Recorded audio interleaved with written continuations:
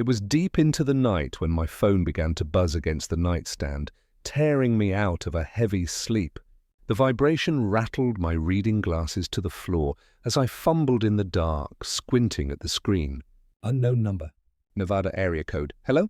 My voice was groggy, still thick with sleep. A young man's voice came through, nervous and uncertain. So are you Mr. Russell? I got your number from a lady here. She says her name is Beatrice Russell, that you're her husband. My heart dropped. Yes, I'm Ivory Russell. Where is my wife? What's going on? She's here at Desert Stop out near Batty. Been here since yesterday morning. She's cold bruised. Wouldn't tell us much, but she finally gave me your number. For a moment, the room spun. Beatrice was supposed to be at Death Valley National Park with our daughter Loretta and her husband Oscar. They'd left 3 days ago. She was supposed to be safe. Where are my daughter and son-in-law? I demanded, a pause. Too long. Sir, there's nobody else here. She's been alone this whole time. I was already out of bed, feet hitting the cold floor. 41 years of marriage, and I knew my wife's every rhythm, every habit. She wouldn't be sitting alone at a gas station, not unless something had gone terribly wrong. I'm coming. Text me the address, I said, already throwing on yesterday's clothes from the chair. My hands shook as I grabbed my wallet. License, cards, cash, muscle memory taking over while my mind raced ahead, forming terrifying possibilities. On my way out, I scribbled a note, gone to get Beatrice, then crumpled it and tossed it. No one lived here but me. As I backed out of the driveway, I dialed Loretta, straight to voicemail. I hung up, tried again. Same thing. The silence on the other end of that line was deafening. The desert stretched out before me, black, empty, endless. My headlights carved tunnels through the darkness.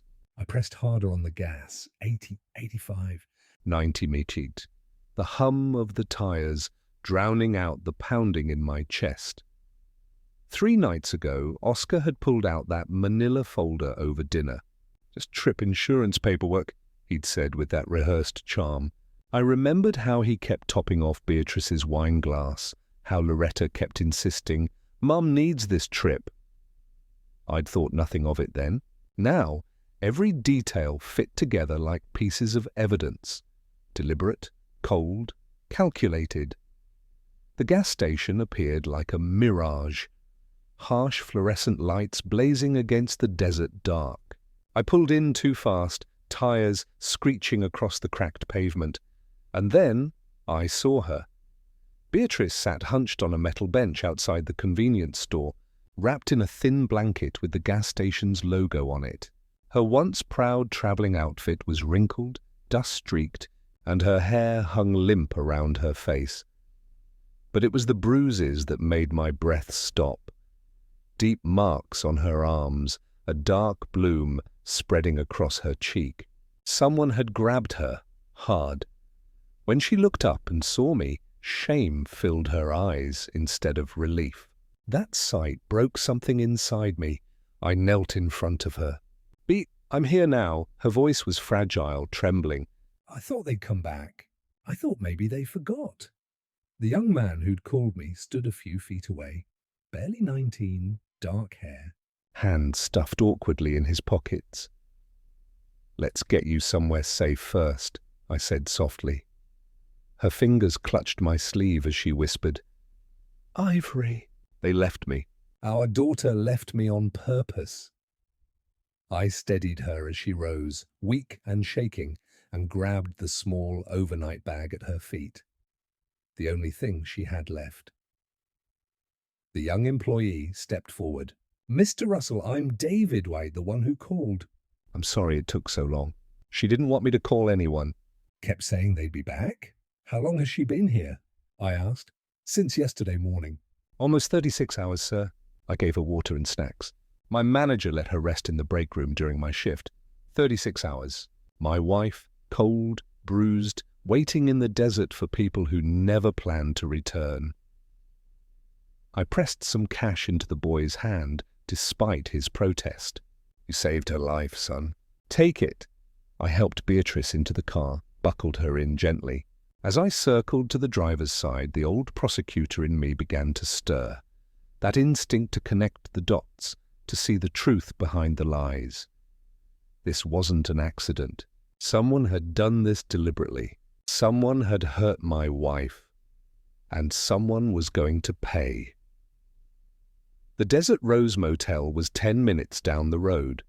Faded pink paint, flickering vacancy sign, the kind of place where the night itself seemed to linger. I paid cash. Room 12, ground floor. End of the row. Inside, the room was plain but clean, a small mercy.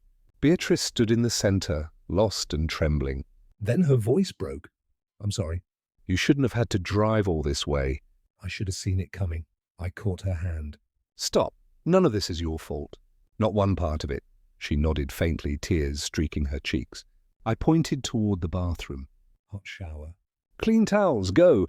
I listened to the water run, the muffled sobs beneath it. I didn't go in. Some griefs needed space to breathe. While she showered, I called the front desk for food delivery. By the time she emerged, hair damp, wearing the thin motel robe, scrambled eggs and coffee sat waiting by the window. "Where are we going?" she asked quietly. "Motel for the night. Then home in the morning." She hesitated. "I don't want to be a burden. You're my wife," I said. "You'll never be a burden." She ate slowly, her hands trembling. The bruises looked darker under the lamp. After a few bites, she set the fork down and whispered. It was the second day. Her story began to spill out. Quiet, shaking, piece by piece. Beatrice's voice quivered as she spoke, her eyes fixed on the plate of untouched food. "It was the second day," she whispered. We'd driven into the park, stopped for pictures. Oscar was his usual self, telling stories, laughing, being so charming I almost started to believe he'd changed. I sat beside the bed, listening. Years of courtroom work had taught me how to read tone, hesitation, guilt. I didn't interrupt. Then at breakfast, she continued, he pulled out some papers. Said they were for the trip, emergency contacts, insurance forms, all that. Her lip trembled. But when I looked closer, it wasn't insurance. It was legal paperwork. Power of attorney, healthcare directives, property management. It mentioned our house, our accounts. Everything. A chill ran through me. What exactly did it say? I asked, trying to keep my voice calm. It said if I became mentally or physically incapable, our property management would transfer. And the documents already had Loretta's name. And Oscar's. She looked at me, tears streaking down her face. I told them I wouldn't sign anything until you'd reviewed it. That's when Oscar's face changed. He just shut down. Loretta said, "Mum, don't you trust us? We're trying to help you." But it didn't feel like help, Ivory. It felt like they were cornering me. My fists clenched around the arms of the chair. Coercion. Fraud. Elder abuse. The words lined up like charges in my head, sharp and cold. Beatrice's voice broke again. 2 hours later, we stopped at that gas station. They said they needed to grab snacks and use the restroom. I went inside, and when I came out, their car was gone. She closed her eyes, shaking. I thought maybe they'd pulled around back, so I waited. But they never came. Their phone numbers, she swallowed hard. I called them over and over. The calls went straight to voicemail. Later I saw missed calls from them, but they were from earlier. They'd called me while we were still together, just to make it look like they tried to reach me after. They'd created false evidence, manufactured a story of confusion and neglect to paint her as unstable. The precision of it hit me like a blade. They hadn't just abandoned her. They built a narrative. How long did you wait? I asked. Hours, until dark. Then through the night. I kept thinking, maybe there's an explanation. Maybe something went wrong. But by morning I knew. I stood slowly. The prosecutor in me had fully taken over now. This wasn't a mistake, I said. This was planned. They tried to coerce you, and when that failed, they retaliated. She looked up, hollow-eyed. Should we call them? No. My voice came out flat, controlled. We don't warn them. We don't call them. We go home, and then I handle it my way.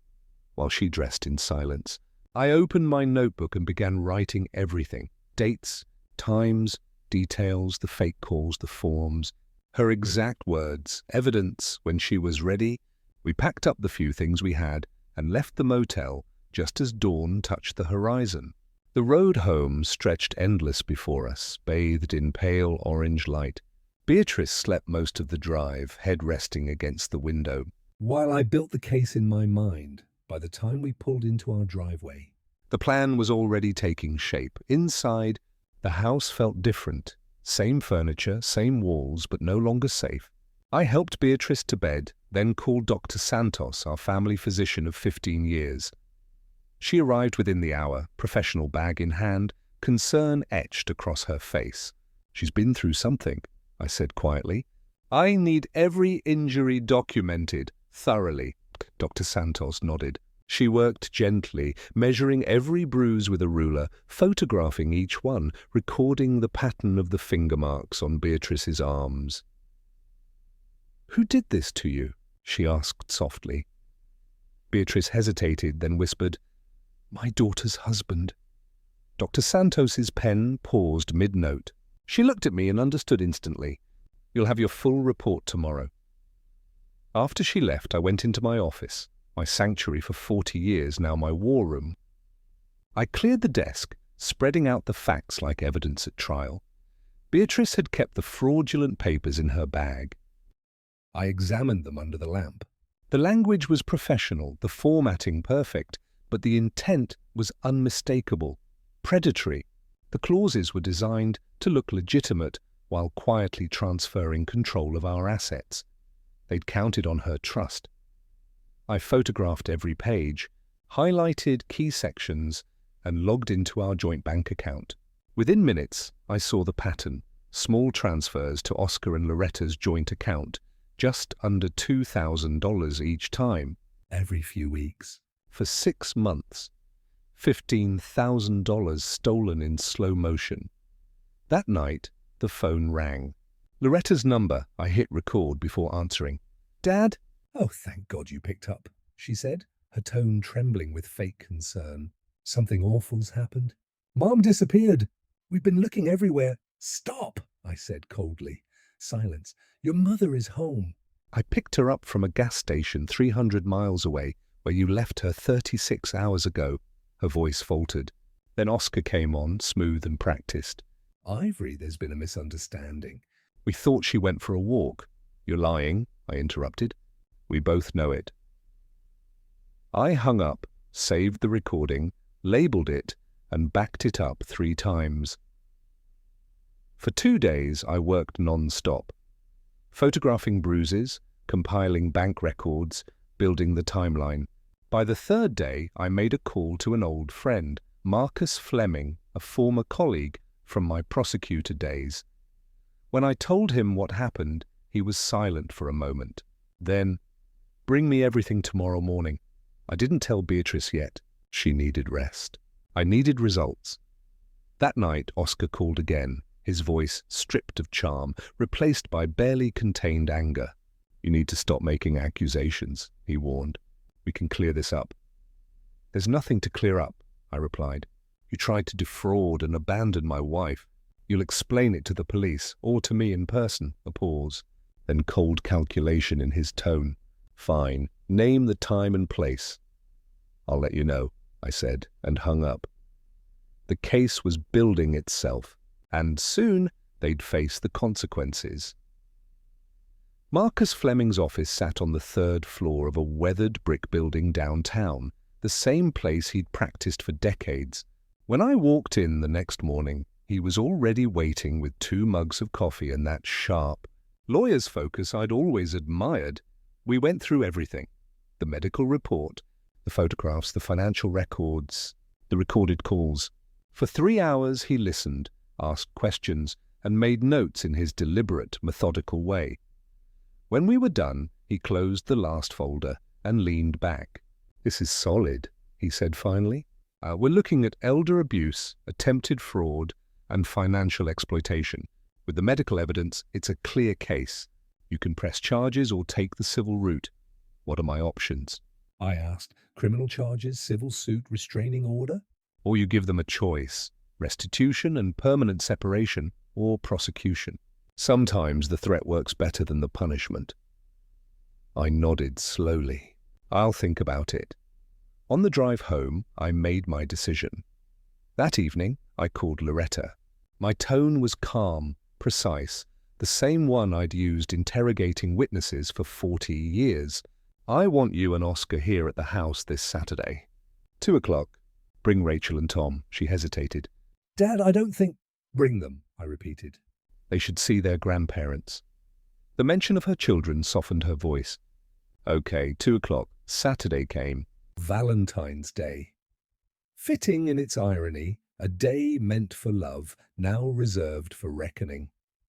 Beatrice was nervous all morning, fussing with throw pillows and dishes that didn't need cleaning.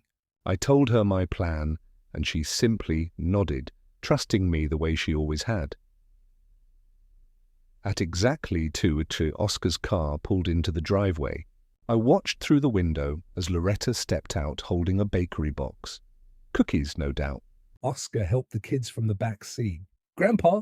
Rachel squealed, running toward me. I knelt and hugged both children tightly. Whatever happened with their parents, they were innocent. Grandma's in the kitchen, I said. Go surprise her. They ran inside laughing, unaware of the storm about to break. Loretta and Oscar followed more slowly, tension stiffening their movements. Dad, Loretta began. I held up a hand. Let the kids settle first. For half an hour, we played normal. I smiled, nodded, even laughed a few times, all while the weight of what was waiting sat heavy on the coffee table behind me, a neat stack of documents and photos that would destroy any illusion they still had. When the children were watching a cartoon in the guest room, I closed the living room door. The temperature dropped like the air before a storm. Sit, I said. They obeyed. Beatrice took the chair beside me, still silent. I remained standing. One by one, I laid the evidence on the table, Dr. Santos's report, the photos of Beatrice's bruises, the bank statements, the transcripts of recorded calls. Take a good look, I said evenly. Oscar reached for the medical report, trying to sound dismissive. What's this supposed to prove? Medical documentation of assault, witness testimony of abandonment, financial fraud. Pick whichever term you prefer. Loretta's eyes filled with tears. Dad, please, we can explain. Then explain, I snapped. Explain the bruises on your mother's arms. Explain leaving her at a gas station for 36 hours. Explain the missing $15,000. The silence was suffocating. Oscar's jaw clenched, a vein pulsing at his temple. Loretta looked away, trembling. You have 2 options, I continued. Option 1, I hand all of this to the prosecutor's office. You'll face criminal charges for elder abuse and fraud. Option 2, you return every dollar you stole, apologize to Beatrice, and never contact us again for money. Loretta broke. Dad, we just needed help. We were drowning in debt. Families help each other. Families don't abandon each other in the desert. Oscar stood abruptly. You're bluffing. You can't prove intent. Any lawyer will tell you this is harassment. I didn't flinch. I was a prosecutor for 40 years. I know exactly what I can prove. Loretta started crying, pleading. Please, Daddy, think about Rachel and Tom. I am thinking about them, I said. They deserve better parents than the ones who did this. Oscar's eyes burned with hatred. You'll regret this. Going after your own daughter. What kind of man are you? The kind who protects his wife. They said nothing else. Oscar grabbed Loretta by the arm, yanked her toward the door, and stormed out. The tires screeched as their car tore down the street. On the counter, the Valentine cookies sat untouched. Beside me, Beatrice began to cry. Soft, quiet sobs that seemed to come from somewhere deeper than grief. Not for herself, but for what we'd lost. I put my arm around her shoulders and looked out the window at the empty street. The countdown had begun. 48 hours, no calls, no texts, no apologies. Just silence. When the clock hit 2 on Monday, I picked up my phone to call Marcus. But the doorbell rang first. On the porch stood a young woman with an envelope in hand. Ivory Russell. Yes. She handed me the envelope and left without another word. The return address made my stomach twist. a law firm in Henderson. I opened it, scanned the first page, and felt my vision blur. Petition for conservatorship filed by Loretta Russell Valdez, requesting legal guardianship over Ivory and Beatrice Russell, citing diminished mental capacity and inability to manage personal affairs. Beatrice appeared in the doorway, face pale. "What is it?" I handed her the papers. Her hands trembled as she read, then looked up at me, eyes wide with disbelief. "She's saying we're incompetent, that we can't manage our lives.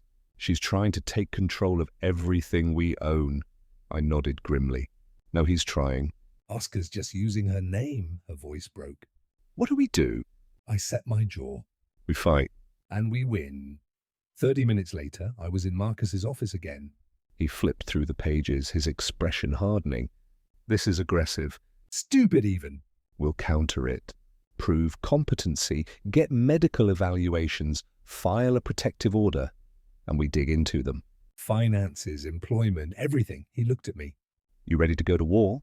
I didn't hesitate. "I already am." The next few weeks were a blur of tests, documentation, and relentless preparation. Marcus was precise, almost surgical in his approach. "They want to claim you're incompetent," he'd said. "Then we'll show the court just how sharp you really are." Beatrice and I underwent every evaluation possible: cognitive tests, psychological screenings, memory drills, problem-solving exercises. During my assessment, the doctor asked, "Mr. Russell, can you repeat the 5 words I gave you earlier?" I didn't even have to think. "Apple, train, liberty, window, justice." She smiled faintly. "You remembered all 5 after 20 minutes. Better than most people half your age." "Good," I said. "Put that in writing." Beatrice's results came back equally strong, not even a hint of cognitive decline. We passed every test they could throw at us, but that wasn't enough for me. I wanted offense, not defense, so one cold morning, sitting alone in a grocery store parking lot 20 miles from home, I made a call I'd never imagined making: to Child Protective Services. Using a prepaid phone I'd bought in cash, I reported anonymous concerns about Oscar and Loretta's household: financial instability, Anger issues. exposing children to adult conflicts. The operator said they'd investigate. I broke the phone in half and tossed it into a trash can 3 blocks away. That same week, I called in a favor from an old contact at the prosecutor's office. Within a day, I had confirmation. Oscar's name had surfaced 2 years earlier in a case involving illegal online gambling operations. The case had been dropped for lack of evidence, but the connection was there. Gambling debts. Now, everything made sense. I hired a forensic accountant. No private detective, no stakeouts, just numbers. I handed him Oscar's name, social security number, and every scrap of information I'd gathered. "Find everything," I told him, "and make it airtight." 3 weeks later, the court hearing finally came. The courthouse looked the same as it always had: tall marble columns, cold air conditioning, and that heavy silence that settled before lives were changed. Judge Patricia Wolfe presided. I'd worked in her courtroom years ago, fair, firm, and sharp as a blade. Loretta and Oscar sat at the petitioner's table, all polished nerves and fake composure. Their lawyer was young, confident in that dangerous way only inexperience can bring. When our names were called, Beatrice and I stood together, side by side. Loretta's attorney began first, painting a tragic picture of 2 confused, aging parents making worrying financial decisions. Every sentence dripped with practiced sympathy. Then Marcus stood, calm, precise, ruthless.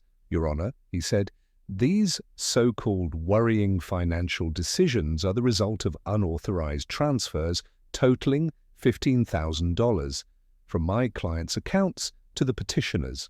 I have the bank records to prove it." He moved down the line of evidence like an executioner sharpening his blade. medical reports documenting bruises, photographs of Beatrice's injuries, testimony from David, the gas station employee. Dr. Santos's certified report. When he finished, the courtroom was silent. Judge Wolfe leaned back, her eyes sweeping between the two tables. "I've reviewed the evidence," she said finally. "Petition for conservatorship denied. Furthermore, I'm granting the Russells' motion for a protective order. Ms. Valdez and Mr. Valdez are to maintain a minimum distance of 100 yards from Mr. and Mrs. Russell at all times." Her gavel came down with a final, echoing crack. Victory, swift and absolute. But as we stepped into the hallway, I saw Oscar's face twist into something dark and venomous. He leaned toward Loretta and whispered something sharp in her ear. She nodded, eyes cold. This wasn't over. Outside, Marcus clapped a hand on my shoulder. "You won, Ivory. They can't touch you legally now, but I'd stay alert. Oscar doesn't strike me as the type to take defeat gracefully." He was right. 3 days later, I received the forensic auditor's report by encrypted email. 40 pages of financial devastation. And every page was another nail in Oscar's coffin. $90,000 lost to online casinos. High-interest loans from predatory lenders. Maxed out credit cards, and a second mortgage on their house, signed only by Oscar, either forged or taken without Loretta's knowledge. I sat back, staring at the pages. He hadn't just been stealing from us. He'd been destroying his own family from the inside out. I printed the report, locked the hard copy in my office safe, and called Marcus. "I need to know," I said, "what are the legal limits of sharing someone's financial information with a family member?" He hesitated. "Whose information?" "Oscar's, with Loretta," he sighed. "If it's all factual and obtained legally and she has a legitimate interest, meaning her finances are being impacted, you're within your rights. But Ivory, tread carefully. Make sure you document how you got it." "I'm not blackmailing anyone," I said quietly. "I'm giving my daughter the truth." The next morning, I started watching Loretta's routine. Not stalking, just observing. She always grocery shopped on Tuesdays at the Rayleighs on Carson Street. Alone. A week later, I was there too. 9:30 a.m. I spotted her near the apples. She hadn't seen me yet. I measured the distance, 100 yards, the limit of the restraining order. I moved slowly closer. 90 yards, 80. She looked up, froze. "Don't worry," I said calmly, stopping exactly 75 yards away. "I'm not violating the order." Her eyes narrowed. "We have nothing to say to each other. The judge was clear." "She said we can't contact each other. She didn't say we can't speak if we happen to be in the same public space." I held up a folder, thick, heavy, damning. "This is about your finances. You deserve to see it." "I already know our situation," she snapped. "Do you know about the $90,000 in gambling losses, the forged mortgage, the credit cards in your name?" Her face drained of color. I set the folder on a display of oranges beside me. "I'm not asking for anything. This is yours. What you do with it is up to you." Then I walked away. I didn't look back. That afternoon, Beatrice asked if I'd heard from Loretta. I said no, which, for the moment, was true. But by evening, a text came from an unknown number. "This is Loretta. Using a friend's phone. We need to meet. Tomorrow. Karma Coffee downtown, 2 p.m. I showed it to Beatrice. She smiled faintly. "Maybe she wants to make things right." "Maybe," I said. "But let's not get ahead of ourselves, because I already knew. She wasn't coming for reconciliation. She was coming for answers." The next afternoon, I arrived at Karma Coffee 5 minutes early. It was a quiet, Place, warm lighting, soft chatter, the kind of background calm that made confession easier. Loretta was already there, seated in the far corner, away from everyone else. The folder I'd left on the grocery store display was open in front of her, pages marked with sticky notes, some corners wrinkled from being read and reread. I ordered. A black coffee walked over and sat down across from her. No words. I waited. When she finally spoke, her voice was low, shaking. "Is this real?" "All of it," I said. "Every document has been verified by a forensic accountant. You can check with your bank, your credit report, or the county records." "It's all there." Her fingers trembled as she flipped through the papers. "The second mortgage. I never signed that. My name isn't even on it." "I know," I said quietly. "That's forgery. That's fraud." She looked up, eyes wide with disbelief. "How long have you known?" "I got the report 3 days ago," I said. "After you filed the conservatorship petition." She exhaled, trembling. "Why tell me this? After everything?" I met her eyes. "Because you're still my daughter, and Rachel and Tom are still my grandchildren. You deserve the truth and the chance to protect them." Loretta covered her face with her hands. "I don't know what to do," she whispered. "Start by protecting your children. Then protect yourself," I said. She gathered the folder, still shaking. "I need time to think." "Take all the time you need," I said. She stood abruptly and walked out without looking back. Through the window, I watched her sit in her car for a long time, staring down at the folder in her lap. Then she pulled out her phone and made a call. Even from inside the cafe, I could read the body language, stiff, defensive, angry. She was calling Oscar. And I knew that conversation would tear open everything he'd been hiding.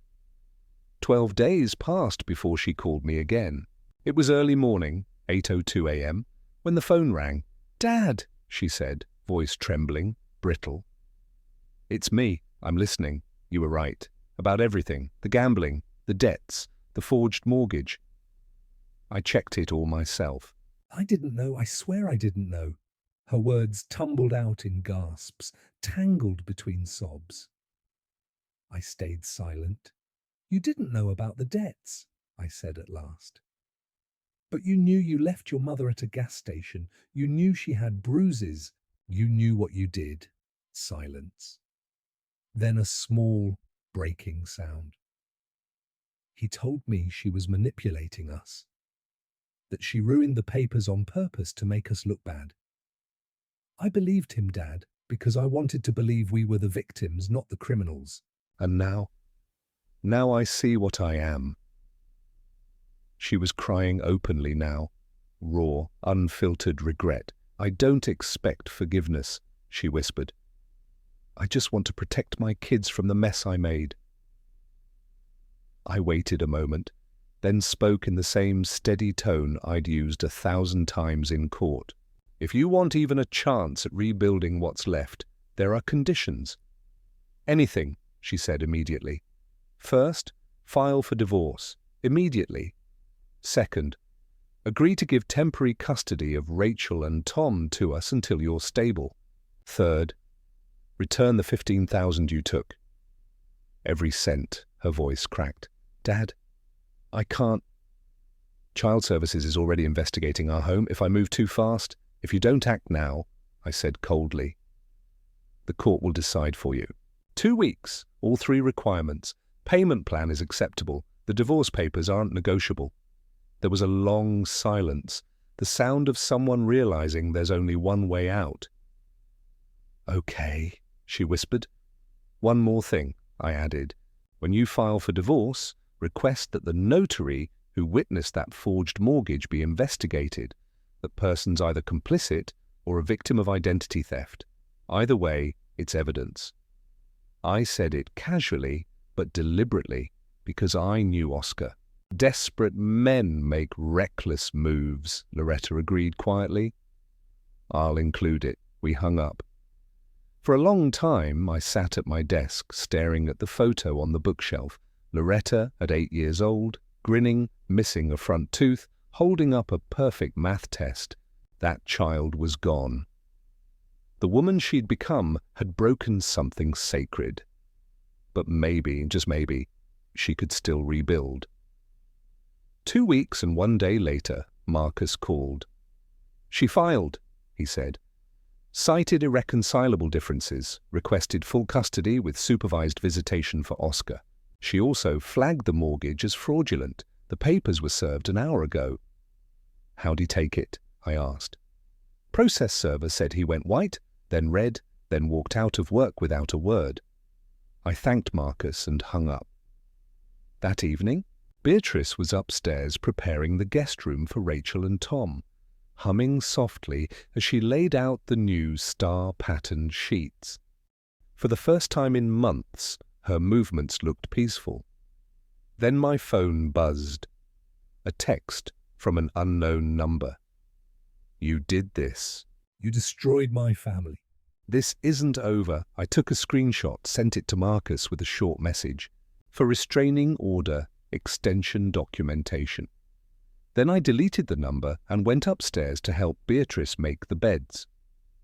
The next phase was already set in motion, and this time Oscar would destroy himself without me lifting a finger. It happened 6 days later.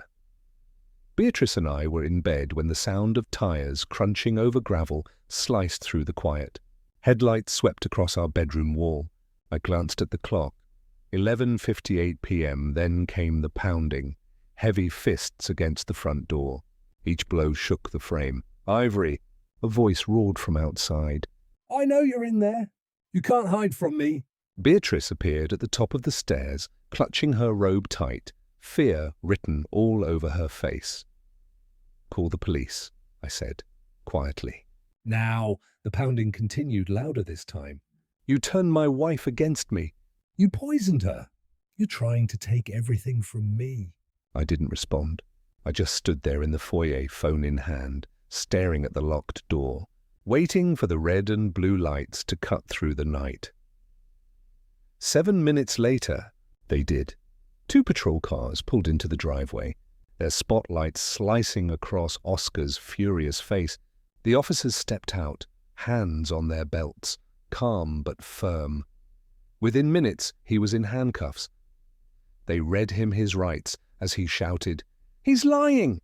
He's trying to ruin my life." I stood at the window, silent, watching the scene unfold with the cold detachment of a man who'd seen justice take form 1,000 times before. When the cruisers finally pulled away, I went back upstairs.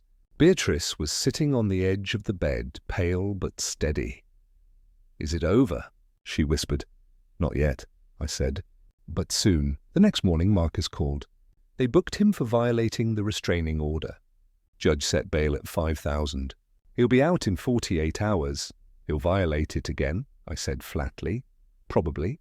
They always do." Marcus was right. 6 days later, at 3:07 a.m., Oscar broke into a small office building downtown, the office of Carmen Rodriguez, the notary whose stamp appeared on the forged mortgage. He smashed a rear window, tripping the silent alarm instantly. The police arrived within minutes. Oscar barely had time to search through a filing cabinet before he was surrounded by flashlights and drawn weapons. He didn't resist this time. He just sat down on the floor, breathing heavily, surrounded by shards of glass and his own stupidity. By sunrise, I got the call. Marcus's tone carried grim satisfaction. "He's done, Ivory. Breaking and entering, attempted theft of legal records, property damage, violation of probation. Judge Martinez is presiding. He's not getting out any time soon. What's the likely sentence?" I asked. "Probation if he's lucky. Jail if he's not." Either way, his life just collapsed. He wasn't exaggerating. In the days that followed, Oscar's world imploded in slow motion. April 21st, his employer terminated him for conduct unbecoming. April 25th, a foreclosure notice arrived on his house. April 27th, his car was repossessed.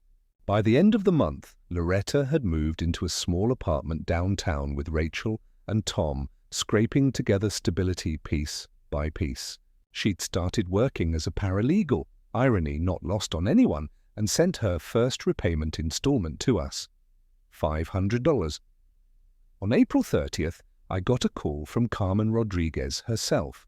Her voice was shaken, but resolute. "Mr. Russell, this is Carmen Rodriguez. The police told me you might know why Oscar Valdez targeted my office. He forged documents," I said. "He wanted your records to disappear." "I want to testify," she said fiercely. "At any hearing, any trial. What he did to your wife, what he tried to do to me, I want him held accountable." I thanked her and gave her Marcus's contact information.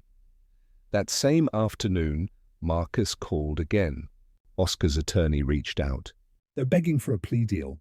"He'll plead guilty to the break-in and pay restitution in exchange for no jail time." "Let him take it," I said. "He's already lost everything else," Marcus chuckled softly. "You've outmaneuvered him completely, Ivory. I almost feel sorry for the man." I didn't. 2 days later, Loretta called. Her voice was tired, drained, but steady. "Dad, the kids want to say goodbye to Oscar before they move in with you and Mom this weekend. Can we meet somewhere public, supervised?" "Where?" "The park downtown, Sunday, noon." "I thought maybe you should be there, so he knows the boundaries are real." I thought for a long moment, Facing him one last time. watching him see everything he'd destroyed. "I'll be there," I said. Sunday arrived bright and cold, the kind of day that looks peaceful even when it isn't. Beatrice and I arrived early at Carson Park. Loretta sat at a picnic table with Rachel and Tom. The children waved when they saw us, smiling in that innocent, unbroken way only children can. 10 minutes later, Oscar's borrowed car pulled up. he looked like a ghost of himself, unshaven, clothes wrinkled, eyes sunken. He froze when he saw me standing beside Loretta. "You brought him?" he snarled. Loretta's voice was firm. "Dad is here to supervise." Those are the terms. He looked ready to turn and walk away.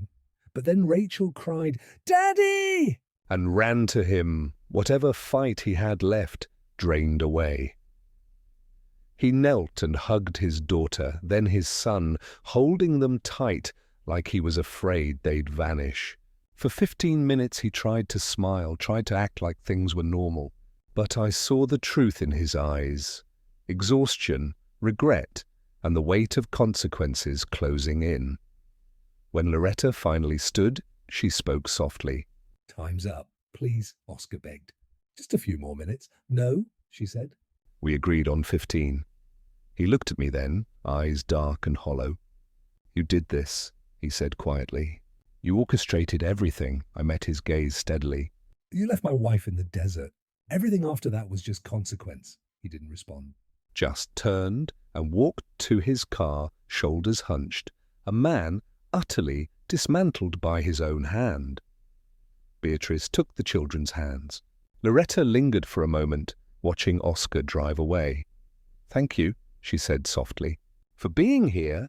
"For everything. Take care of them," I said. "That's all that matters now." We drove home in silence. Rachel and Tom chatted in the back seat about their new room, the one with the star and planet bedsheets.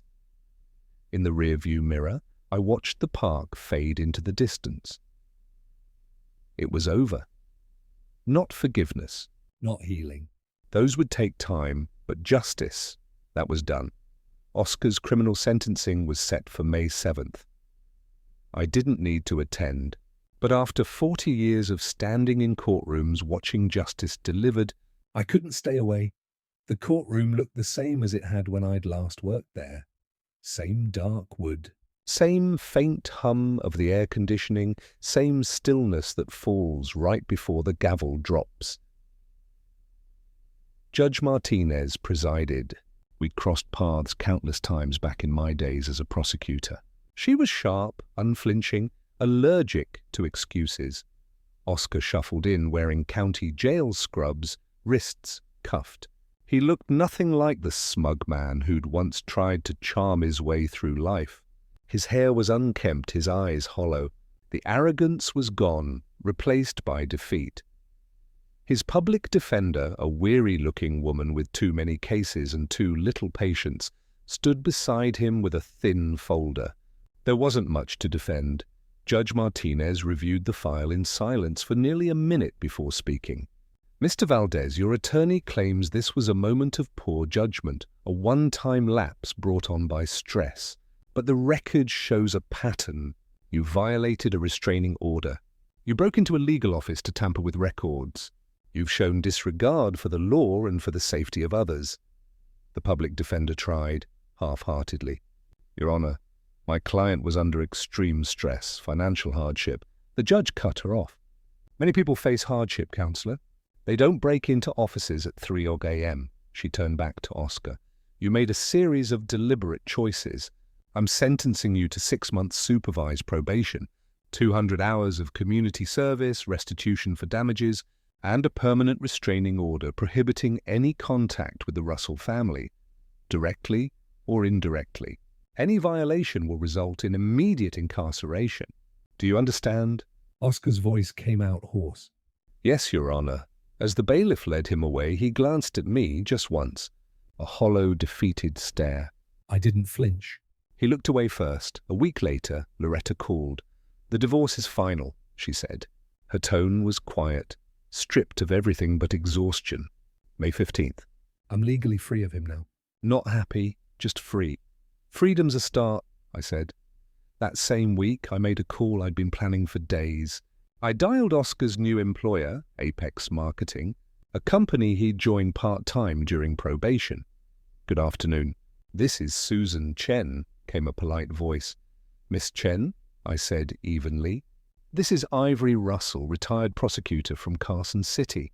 I'm calling regarding one of your employees, Oscar Valdez." Her tone shifted instantly. "I'm sorry, sir, but I can't discuss employee matters with outside parties. I'm not asking for information." I'm providing it, I replied. "Mr. Valdez was recently convicted of breaking and entering, has multiple restraining order violations, and documented gambling debts exceeding $90,000.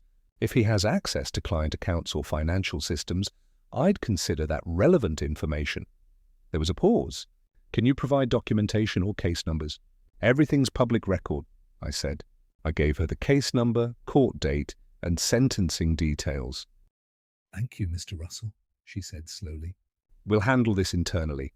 3 days later, Marcus called. "Oscar's been terminated. Official reason, violation of company ethics policy."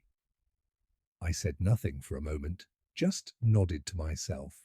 "Understood." Beatrice looked up from her chair, reading my face. "It's done?" "Yes," I said softly. "Completely," she exhaled. Not relief exactly, but something close. A week later, we met with our estate attorney, Mr. Harlow. Beatrice brought the files, every document, every account statement. "Every plan for the future. We want to restructure everything," I told him. "A trust for Rachel and Tom. Our assets go directly to them when they turn 25. He nodded, making notes. "And for your daughter?"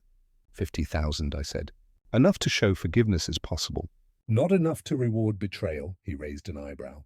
"Fair. The trust would be airtight, untouchable by anyone, even future spouses. The children would only access it if they maintained clean records and good academic standing." When it was finished, the attorney said, "This is ironclad. No one can alter it without proof you were incompetent when you signed it." We signed that afternoon. The notary stamped it, and I felt something inside me settle, the quiet satisfaction of a man who's closed every open door. By June, Marcus had one final update. "Oscar moved back to California," he said, living with his mother in Sacramento, working part-time retail. "Barely scraping by. He's making minimum restitution payments, but that's all." I absorbed it without emotion. Criminal record, check. Divorced, check. House foreclosed, check. Car repossessed, check. Job gone, check. Credit destroyed, check. $90,000 in unpayable debt, check. Everything he'd tried to take from us, he'd lost himself. That night, I sat on the back porch, watching Rachel and Tom play in the yard. Beatrice joined me, resting her hand over mine. "It's really over now," she said quietly. "Yes," I said. "He has nothing left to fight with." She was silent for a moment, then asked, "What you did, all of this, some people might call it revenge." "Some people would be right," I said. "But I call it justice." "And I'd do it again." Her fingers tightened around mine. "Good," she whispered. "Because he deserved everything he got." We sat there as the sun sank behind the trees. The desert long behind us, peace finally within reach. Justice wasn't loud.